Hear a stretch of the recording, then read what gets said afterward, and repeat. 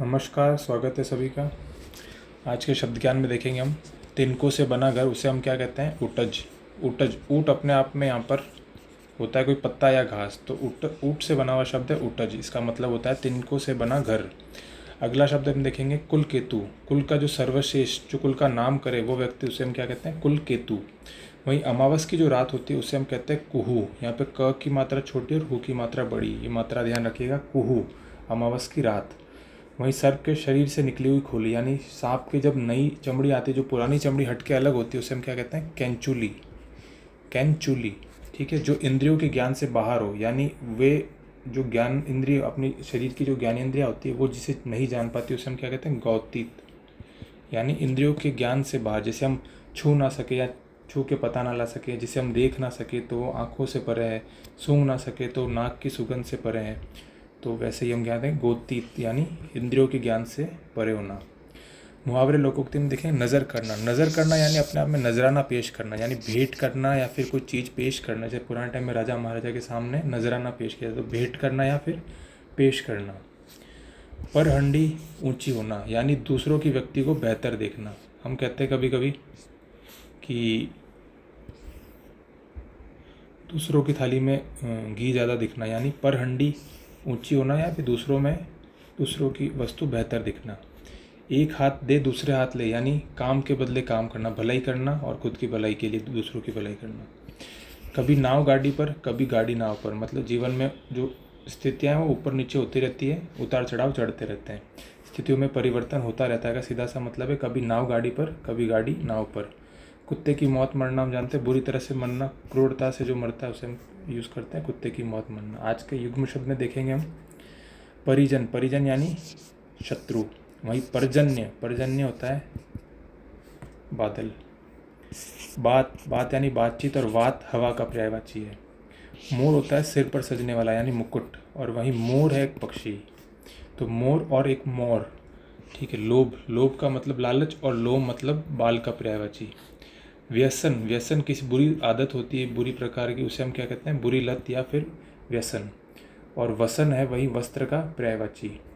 शंभू, शंभू होता है घोंगा या सीप। घोंगा या सीप यानी कोई बारिश के दिनों में जो जानवर होता है, पीछे कठोर शैल होता है उसके, और आगे यूँ एंटीना से दो होते हैं, वो शंभू, घोंगा या सीप। वहीं शंभू होता है शंकर या शिव का पर्यायवाची। आज के विलोम शब्द में देखेंगे मुस्कान। मुस्कान यानी खुश, और रुदन यानी रूठना, और भोगी यानी भोग करने वाला, और योगी योग जो करता है वह। मंद होता है धीमा, वहीं इसका विलोम होता है तीव्र, अमंद या तेज। पैना, पैना का मतलब होता है कोई धारदार, कोई कैंची तलवार धारदार होती है उसके लिए हम यूज़ करते हैं पैना। वहीं इसका विलोम होता है कई धार अगर कुंद हो जाए तो उसे हम कहते हैं भोथरा।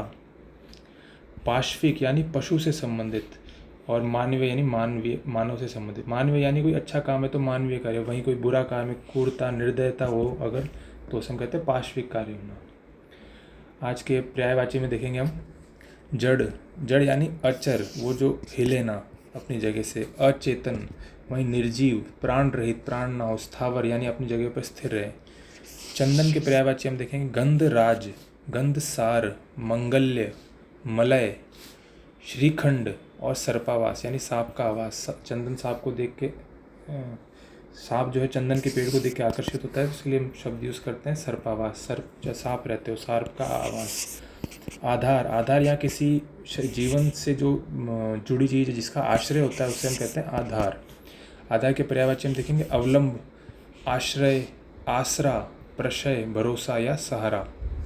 असुर, असुर के पर्यायवाची हम देखेंगे तमचर, निशाचर, रजनीचर। इन सब का मतलब होता है रात्रि में जो जीता है वो निशाचर, रजनीचर, तमचर। वहीं धनुज और दानव और दैत्य, राक्षस और सुरारी। सुर मतलब इन देव होते हैं, वहीं सुर का अरि, अरि यानी दुश्मन, तो सुरारी यानी देवताओं का जो दुश्मन है, यानी असुर।